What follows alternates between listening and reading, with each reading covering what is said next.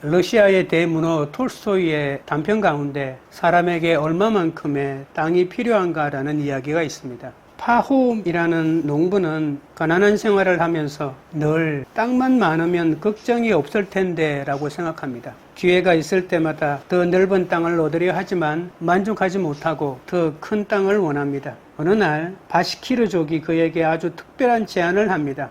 돈을 조금만 내면 해가 떠 있는 동안 걸어서 표시한 만큼의 땅을 모두 차지할 수 있다는 것입니다. 단 조건은 출발한 지점으로 해지기 전에 돌아와야 한다는 것입니다. 파홈은 처음엔 적당히 표시하려 했지만 더 많은 땅을 얻으려는 욕심에 점점 더 멀리 나아갑니다. 해가 기울자 그는 서둘러 도착하지만 지나친 무리로 인해 그 자리에서 쓰러져 죽고 맙니다. 사람들은 삽으로 무덤을 파고 파홈을 묻어줍니다. 세계 곳곳에는 아직도 오래된 분쟁이 끝나지 않았습니다. 어떤 곳은 전쟁으로 격화되어 몇 년째 계속되기도 합니다. 그 전쟁은 정의와 평화를 위한 전쟁이 아닙니다. 조금이라도 자신의 것을 더 가지겠다는 땅 싸움에 불과합니다. 오늘은 하나님이 성도에게 주시는 기업을 통하여 그리스도인의 자격에 대하여 살펴보도록 하겠습니다. 첫째로 그리스도인의 자격은 믿음과 사랑이 함께 있어야 합니다.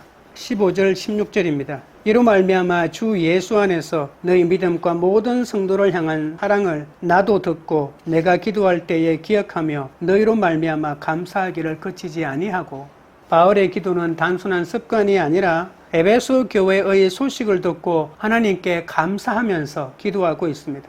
에베소 교회는 하늘에 속한 신령한 복을 받아 믿음이 자랐고 또 서로를 향한 사랑이 가득했습니다. 믿음과 사랑은 단순한 미덕이 아니라 거듭난 그리스도인의 마땅한 삶입니다. 신앙이 진짜인지 가짜인지 믿음과 사랑을 보면 알 수 있겠죠. 참 믿음은 단순한 동의나 지식이 아닙니다. 예수님은 내 주인이심을 고백하고 내 삶의 모든 분야에서 전적으로 의존해야 합니다.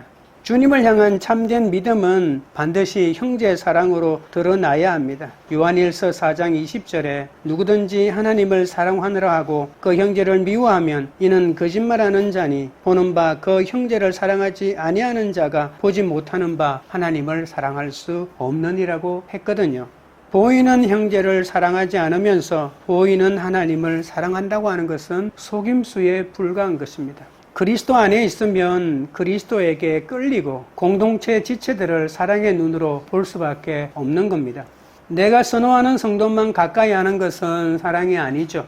마태복음 5장 46절 47절에 너희가 너희를 사랑하는 자를 사랑하면 무슨 상이 있으리요? 세리도 이같이 아니하느냐? 또 너희가 너희 형제에게만 무난하면 남보다 더하는 것이 무엇이냐? 이방인들도 이같이 아니하느냐? 예수님은 남들보다 더하기를 원합니다. 조건부 사랑은 누구나 할 수 있다고 하십니다. 자기와 친한 사람, 좋아하는 사람에게만 사랑을 주는 것은 특별하지 않습니다. 예수의 제자는 더 높은 수준의 사랑을 해야 합니다. 원수나 적대자나 멀리 있는 사람까지 품어야 한다고 합니다. 사랑은 단순한 감정이 아니라 하나님이 보여주신 조건 없는 사랑입니다. 이 사랑이 없으면 내가 자랑하는 믿음이 참인지 의심할 수밖에 없습니다. 믿음은 하나님과의 관계라면 사랑은 성도들과의 관계입니다. 이 두 가지는 동시에 존재합니다. 믿음 없는 사랑은 인간적인 친절이고 인본주의적인 선행에 불과합니다. 선행이나 구제봉사도 하나님을 믿는 믿음의 바탕 위에 있어야 하죠. 사랑 없는 믿음은 교리 지식은 있으나 삶에서 사랑이 드러나지 않는 죽은 믿음과 같습니다. 참된 믿음은 반드시 행위와 사랑으로 나타나야 합니다. 요나는 하나님을 믿는 선지자였지만 죽어가는 니느웨 사람들에 대한 사랑도 긍휼히 여김도 없었습니다. 고린도 교회는 은사와 지식이 차고 넘쳤지만 형제를 사랑하지 않았기 때문에 교회 안에 분열과 다툼이 끝이 없었죠. 아무리 교리를 고백해도 그것은 자기 확신에 불과합니다. 사랑으로 열매 맺지 못하는 믿음은 진짜 믿음이 아니죠. 온갖 교리를 고백하면서도 형제를 미워한다면 하나님이 어찌 그 믿음을 인정하겠습니까? 그럼 어떻게 해야 할까요? 갈라디아서 5장 6절에서 사도 바울은 정확한 답을 줍니다. 믿음과 사랑을 분리하는 것이 아니라 사랑으로 역사하는 믿음을 가져야 한다고 말했거든요. 하나님과의 관계인 믿음과 이웃과의 관계인 사랑이 함께해야 합니다. 둘 다 있어야 진짜 그리스도인의 자격이 갖춘 것이죠. 여러분은 혹시 믿음 없는 사랑이나 사랑 없는 믿음으로 살지는 않습니까? 성령께서 우리 마음을 붙들어 주셔서 하나님을 아는 믿음과 형제를 사랑하는 이 사랑의 두 기둥 위에 굳게 서지 않겠습니까? 예수 그리스도를 내 구주로 믿을 뿐만 아니라 내 믿음이 삶 속에서 성도를 향한 사랑으로 나타나야만 된다는 것을 명심하시기 바랍니다. 둘째, 그리스도인의 자격은 마음의 눈이 밝아져야 합니다. 17절입니다. 우리 주 예수 그리스도의 하나님 영광의 아버지께서 지혜와 계시의 영을 너희에게 주사 하나님을 알게 하시고, 바울의 기도는 다른 복을 더 많이 받게 해달라고도 기도하지 않습니다. 이미 받은 복의 의미를 온전히 알게 해달라고 기도합니다. 성도들이 누려야 할 영적 지혜와 계시를 위해 기도하는 거죠. 성도는 이미 구원을 받았지만 여전히 하나님을 더 깊이 알아가는 과정에 있습니다.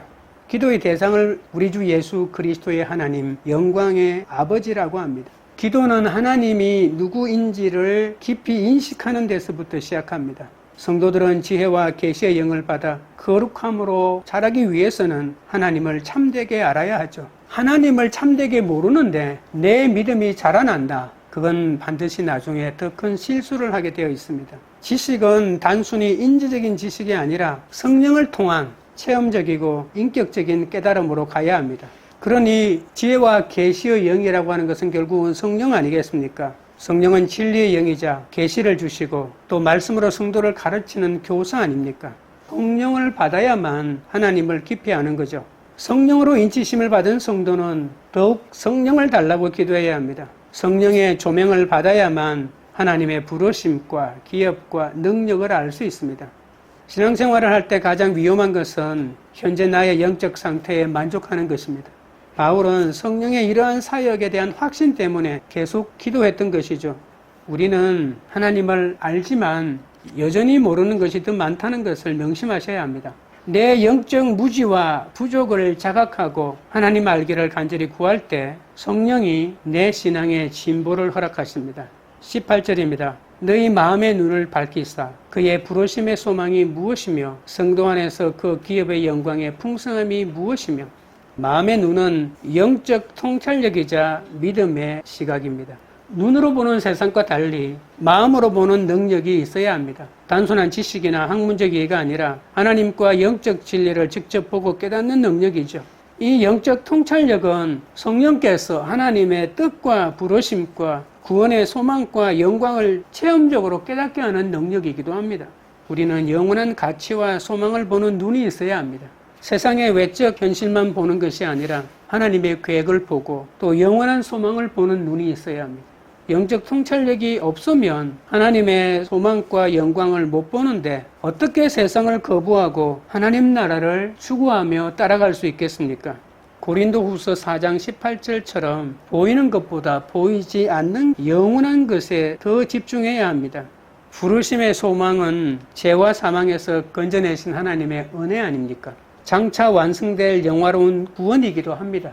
부르심에는 다 하나님의 약속이 있습니다. 아브라함은 하나님의 부름을 받을 때 큰 민족을 이루고 복이 될 것이라고 하는 약속을 받았습니다. 그 약속이 있었기 때문에 힘든 여정을 가면서도 소망으로 살 수 있었죠.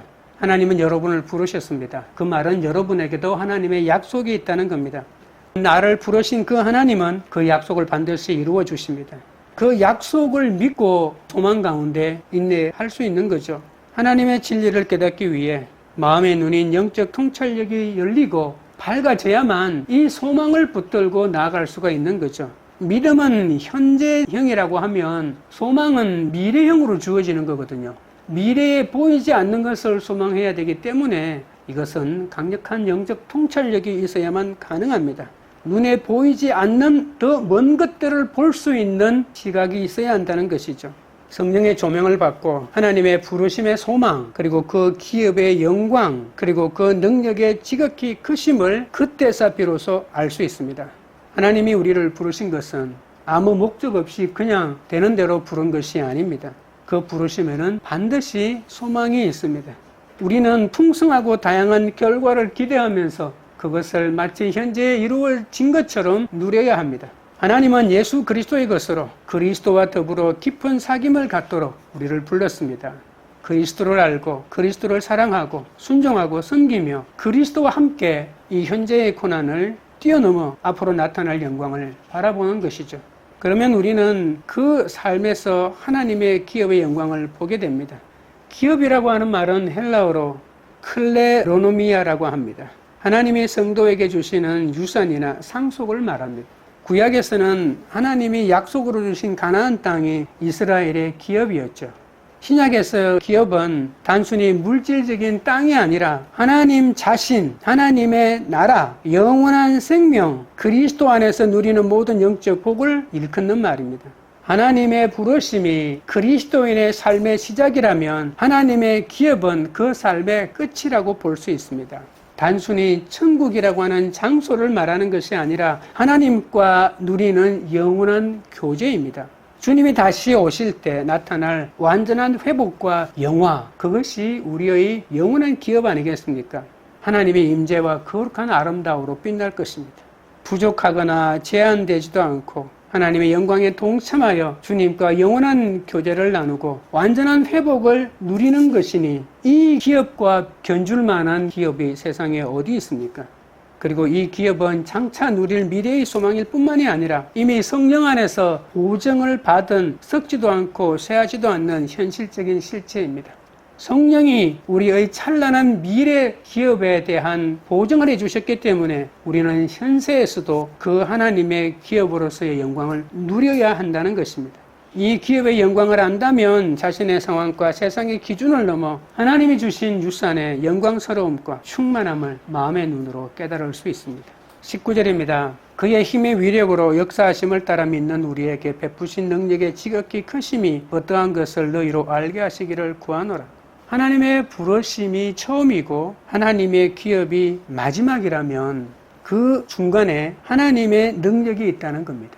하나님의 능력을 덧입으면 하나님이 부르심이 뜻하는 삶을 온전히 누리며 살 수 있습니다. 하나님이 우리를 부르신 목적을 누리고 또 미래에 예비된 하나님의 기업을 미리 땡겨서 우리가 누리며 살 수 있다는 겁니다. 그것이 하나님의 능력이라고 하는 겁니다. 그래서 19절에 그의 힘의 위력으로 역사하심을 따라 우리에게 베푸신 능력의 지극히 크심, 하나님의 능력이 나에게는 없어라고 생각하시지만 하나님의 능력이 이미 나에게 주어졌다고 하는 겁니다. 이 지극히 크신 하나님의 능력이 하늘에서 우리에게 주실 최종 기업에 대한 영광의 풍성함에 이르도록 안전하게 우리를 인도하고 데려간다는 사실이죠. 하나님의 능력이 나에게 충분하다고 확신해야 합니다. 하나님은 능력이 지극히 크실 뿐만 아니라 우리를 위해서 그 능력을 아낌없이 사용하시는 분이십니다. 마지막 날 주님께 나아가 천국의 기업의 풍성함을 받을 것입니다. 그런데 안타까운 것은 하나님의 기업의 능력이 이렇게 풍성했습니까? 내가 살아있는 동안에는 하나도 누리지 못했는데요. 이런 후회를 하시면 안 된다는 사실입니다. 하나님은 지금 우리가 이 땅에 사는 동안에도 누릴 수 있도록 끊임없이 그 기업의 영광을 풀어놓았는데 우리는 지금 내가 쓸 게 아니야 라고 하면서 계속 쌓아두기만 하고 하나도 사용하지도 않고 없는 거나 마찬가지도 우리는 하나님이 베푸시는 능력을 덧입어 본향에 안전히 다다를 수 있다는 겁니다. 하나님의 부르심과 그 기업의 영광과 능력의 크심을 알게 될 때 기업의 영광을 누리면서 흔들리지 않고 가는 것이 더 귀하지 않겠습니까? 여러분을 향한 하나님의 부르심과 약속은 무엇입니까? 하나님의 크신 능력을 믿고 두려워하지 말고 인내하고 계십니까? 마음의 눈을 열어 고난과 시험 속에서도 하나님의 계획과 소망을 보고 있습니까? 성령님께 통찰력과 지혜를 구하고 계십니까? 말씀 묵상으로 하나님의 뜻과 약속을 마음에 새기십시오. 언제나 감사함으로 현재 삶 속에서 하나님의 역사와 은혜를 발견하시기 바랍니다. 내 입에 감사가 흘러나올 때 비로소 내 삶 속에 역사하는 하나님의 능력을 깨달을 수 있다는 것을 잊지 마시기 바랍니다. 셋째로 그리스도인의 자격은 부활의 능력을 가지고 있습니다. 20절 21절입니다. 그의 능력이 그리스도 안에서 역사하사 죽은 자들 가운데서 다시 살리시고 하늘에서 자기의 오른편에 앉히사 모든 통치와 권세와 능력과 주권과 이 세상뿐 아니라 오는 세상에 일컫는 모든 이름 위에 뛰어나게 하시고. 우리는 어떻게 믿는 자 안에서 역사하는 하나님의 위대하심을 알 수 있을까요? 나한테 증명해줘. 그럼 내가 믿을게. 라고 질문하는 것과 같습니다. 이렇게 우리가 하나님에게 묻는다면 하나님은 예수 그리스도의 부활과 성천이라고 답해 줄 겁니다. 사람이 마음대로 할 수 없는 권세가 바로 죽음과 악 아니겠습니까? 사람은 타락했기 때문에 죽을 수밖에 없고 악을 거부할 수 없습니다. 죽음은 자비가 없는 원수입니다. 누구에게나 임하고 어느 때든지 찾아오는 것이 바로 죽음입니다. 죽음 이후에는 우리 몸은 부패하고 분해되어서 흙으로 돌아갈 수밖에 없죠. 아무리 방부 처리를 해도 시체를 영원히 보존할 수는 없고 그 시체 속에 다시 생명을 집어넣어 되살릴 수는 없습니다. 흙으로 돌아가는 존재가 어떻게 죽은 사람에게 생명을 돌려줄 수 있겠습니까? 자신이 원하는 만큼 자신의 생명도 살려내지 못하는데 말입니다. 하지만 하나님은 예수 안에서 이 죽음과 악을 정복하셨습니다. 하나님은 예수 그리스도를 완전히 새로운 생명인 죽지 않고 영광스러우며 자유로운 영으로 살려내셨습니다. 이것이 바로 부활입니다. 하나님의 생명이 우리에게 들어오는 거죠. 그래서 우리는 영생을 누리게 되는 거죠. 하나님은 그리스도에게 최고의 명예와 통치권을 주셨습니다. 본문에 이렇게 말하죠. 모든 통치와 권세와 능력과 주권이라고 말입니다. 이것은 이 어둠의 세상 주관자들인 사탄을 뜻합니다. 그들은 아직도 그리스도의 승리를 인정하지 않고 저항합니다. 사탄은 예수 그리스도의 승리를 전혀 인정하지 않고 이건 사기다, 이건 잘못됐다, 예수는 승리하지 못했다, 우리가 이긴 자라고 끊임없이 저항하고 있습니다. 그러나 그리스도는 모든 권세와 이름 위에 뛰어나신 분이 되셨습니다. 만물은 지금 예수님의 발 아래에 있습니다. 하나님의 형상으로 지어진 아담은 땅과 피조물을 지배할 권한이 있었지만 타락함으로 그 모든 지배권을 잃어버렸죠. 하지만 예수님의 순종을 통해서 통치권이 회복되었습니다. 이제 모든 만물은 하나님의 창조 원리에 복종해야만 되고 그것을 대리하시는 분이 바로 예수님이십니다. 이 놀라운 부활의 능력이 지금 우리 안에도 역사하고 있다는 사실입니다. 부활의 능력을 알 때, 그리고 주님이 악을 무찌른 사실을 깨달을 때, 이 하나님의 능력이 내 삶을 인도하신다는 고백을 드릴 수 있는 거죠. 22절, 23절입니다. 또 만물을 그의 발 아래 복종하게 하시고 그를 만물 위에 교회의 머리로 삼으셨느니라. 교회는 그의 몸이니 만물 안에서 만물을 충만하게 하시는 이의 충만함이니라. 하나님이 만물을 그리스도의 권세 아래 두셨습니다. 부활과 성천하신 예수님은 단순히 교회의 주인만이 아니라 우주적인 통치자라고 하십니다. 이 권세는 눈에 보이지 않더라도 이미 주어졌고 앞으로 더 완전히 드러날 것입니다. 믿음이 있는 사람만 예수님이 우주의 통치자인 것을 알고 고백할 뿐입니다. 예수님은 이 만물의 주인이시지만 특별히 교회와 관계에서 교회의 머리가 되신다라고 말합니다. 머리는 몸과 상관없이 홀로 존재하지 못하죠. 몸과 유기적인 연합적인 관계를 맺고 있습니다. 그와 마찬가지로 교회는 조직이나 건물이 아니라 그리스도의 몸으로 주님과 직접 연결되어 있다는 겁니다. 교회의 주인은 담임 목사나 힘 있는 장로들이 아닙니다. 명확하게 성경이 말하고 있습니다. 예수 그리스도의 말씀과 상반된 설교나 주장을 한다면 오히려 하나님의 심판의 대상이 될 뿐입니다. 그것이 담임 목사든 장로든 할 것 없이 말입니다. 교회는 단순한 모임이 아니라 그리스도의 나타나심입니다. 그리스도의 생명과 은혜가 교회를 통해 세상에 드러난다는 말입니다. 그리스도가 세상에 드러나지 못하고 자신의 명예와 자신이 번 돈과 자신의 말이 세상에 드러난다면 그건 교회가 아니죠. 교회는 예수님과 분리된 독립된 집단이 아니라 예수님의 생명 안에서만 존재하기 때문에 그 교회가 예수님의 생명을 전하고 나타내기를 거부한다면 그것은 이미 교회가 아닙니다. 교회에는 만물 안에서 만물을 충만하게 하시는 이의 충만함이 가득하다고 합니다. 교회가 그리스도를 충만하게 채우는 것이 아니라 그리스도가 교회를 충만하게 한다는 것입니다. 잘못 알면 교회와 건물만 크게 만들어 놓으면 그 크기만큼 그리스도가 더 충만하다고 하는데 착각입니다. 교회는 세상의 부족을 채워주는 권원이 아니라 충만하신 그리스도를 드러내는 것입니다. 그러니 교회는 세상 정치에 휘둘려서도 안 되고 특정 정파의 주장만을 따라서도 안 됩니다. 교회는 세상을 두려워하지 않고 주님의 통치에 소망을 두어야 합니다.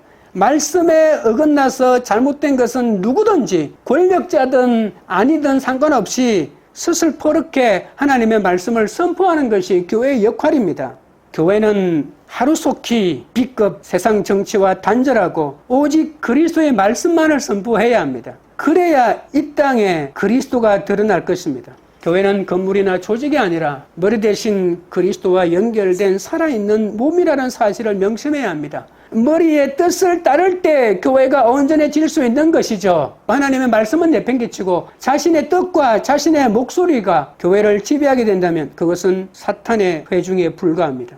재정이 넉넉하고 성자수가 차고 넘치고 화려한 예배당 건물을 자랑해도 그리스도의 뜻을 따르지 않는다면 이미 교회가 아닙니다. 교회는 세상 속에서 하나님의 충만함을 흘려보내는 역할을 끊임없이 감당해야 합니다. 교회는 그리스도의 몸이기 때문이죠.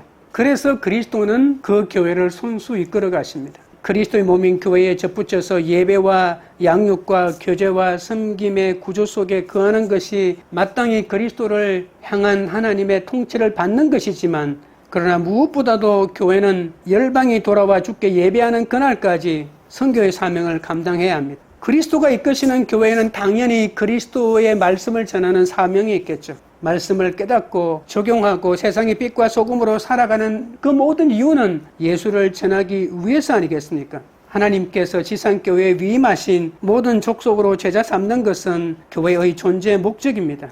이것이 그리스도로 충만한 교회의 사명입니다. 그리스도는 우리에게 복음을 전하라고 하셨습니다. 이것이 지상교회에 위임하신 하나님의 위임 명령입니다. 이방인과 유대인이 구별 없이 주님 안으로 하나 될 때까지 우리는 이 사명을 감당해야 할 것입니다. 말씀을 맺겠습니다. 톨스토이는 사람에게 필요한 땅은 단지 2m 뿐이라고 했습니다. 많이 가지면 행복할 것이라고 착각하며 끝없는 욕심을 부리지만 결국 인간이 차지하는 것은 죽음 뒤에 작은 무덤뿐입니다. 나의 체험과 지혜로 살지 않고 하나님의 지식으로 사시기 바랍니다. 믿음과 사랑을 가지시기 바랍니다. 마음의 눈이 밝아지셔서 하나님의 부르심의 소망과 기업의 영광을 누리는 삶을 사시기 바랍니다. 부활의 능력이 내 앞에 실제로 역사하고 계심을 믿으시기 바랍니다. 교회는 단순한 인간 조직이 아닙니다. 그리스도의 몸이요 충만으로 여겨며 사랑하심으로 그리스도인의 자격을 갖추고 승리하는 삶을 사시기를 주님의 이름으로 축원드립니다. 찬양드리고 기도하겠습니다. 하나님 아버지여, 믿음과 사랑이 함께하지 못하는데도 나는 믿음을 가졌고 때로는 나는 사랑도 가졌다며 우쭐대며 어리석은 생각을 했던 것을 불쌍히 여겨 주옵소서. 능력이 나타나지 않는 죽은 신앙이 아닌 날마다 나의 영적 무지와 부족을 깨닫고 하나님을 더 깊이 알고 더 온전히 알도록 날마다 지혜와 계시의 영을 구하게 하여 주시옵소서. 우리의 마음의 눈을 밝혀주셔서 부르심의 소망과 그 기업의 영광과 하나님이 내 삶의 순간순간마다 크신 능력으로 역사하심을 알게 하여 주시옵소서. 하나님의 크신 능력을 믿어야만이 우리가 두려워하지 않고 인내할 수 있고 하나님의 약속을 기다릴 수 있음을 깨닫게 하여 주시옵소서. 우리의 마음의 눈을 열어주시고 우리의 소망을 더욱더 크게 해주셔서 하나님의 능력을 붙잡는 삶이 되게 하여 주옵소서. 만물 위에 교회의 머리이신 그리스도를 경배하며 공동체를 통해 주의 충만함을 늘 누리며 살기를 원합니다. 우리에게 부활과 성천의 능력을 깨닫게 하셔서 하나님께서 우리를 영원한 능력으로 이끌고 가심을 눈으로 보고 마음으로 믿게 하셨사오니 부활과 성천의 은혜를 마음에 새기며 믿음으로 이 신앙의 길을 달려가게 하여 주시옵소서. 광교리들 교회가 믿음과 사랑이 함께하는 사랑으로 역사하는 믿음의 공동체가 되기 원합니다. 마음의 눈이 열려 부르심의 소망과 기업의 영광의 풍성이 무엇인지 깨닫는 공동체가 되기 원합니다. 교회를 통해 만유를 충만하게 하시는 그리스도를 바라보며 그리스도의 충만을 세상 가운데 드러내는 그런 교회가 될 수 있도록 역사하여 주시옵소서. 예수님의 이름으로 기도드립니다. 아멘.